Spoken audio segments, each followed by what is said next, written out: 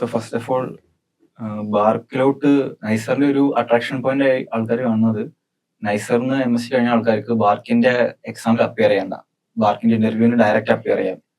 അപ്പം അത് പുറത്തുനിന്ന് കേൾക്കുന്ന ഒരാൾക്ക് തോന്നും വാവ് അത് ഭയങ്കര അടിപൊളി ഒരു സയന്റിഫിക് ഓഫീസർ ക്വസ്റ്റൻ എന്ന് പറഞ്ഞാൽ വളരെ നല്ലൊരു ക്വസ്റ്റൻ ഒക്കെയാണ്. അതിന്റെ റിയാലിറ്റി എന്ന് പറഞ്ഞാൽ വളരെ ഐ തിങ്ക് 5 കൊല്ലത്തിൽ അവർ 18 ആൾക്കാരെ എങ്ങനെ എടുക്കുന്നുള്ളൂ, അങ്ങനെ എന്തോ ലൈക്ക് വളരെ ചുരുങ്ങിയ ഒരു ഇതാണ്.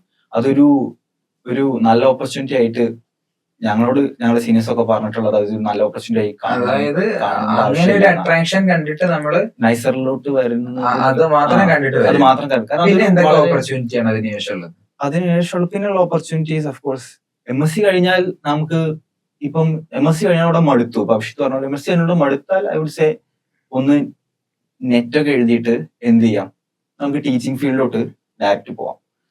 അല്ലെങ്കിൽ നമ്മള് MSc ചെയ്യുന്നതിനൊപ്പം തേർഡ് ഇയറിലെ ഗേറ്റ് എഴുതിയിട്ട് നമ്മുടെ ഗേറ്റ് സ്കോർ വെച്ചിട്ട് നമുക്ക് IITസിലൊക്കെ PhDക്ക് കയറാൻ പറ്റും. അങ്ങനെ ഗേറ്റ് എഴുതി PhDs കയറാൻ പറ്റും. അല്ലെങ്കിൽ MSc കഴിഞ്ഞിട്ട് നമ്മൾ അബ്രോഡ് PhD ഓപ്ഷൻസ് എടുക്കണം. അത് മോസ്റ്റ്ലി അത് നമ്മൾ എങ്ങനെ എടുക്കാന്ന് വെച്ചാൽ കോൾഡ് മെയിൽ അയച്ചിട്ട് അങ്ങനെ പ്രൊഫസറിനോട് മെയിൽ അയക്കുക, CV അയക്കുക, ഇതാണ് എന്റെ റിസർച്ച് ഓപ്പർച്യൂണിറ്റീസ് ഐസർ പോലെ തന്നെ റിസർച്ച് ഫീൽഡിലുള്ള ഓപ്പർച്യൂണിറ്റി സെയിം തന്നെ.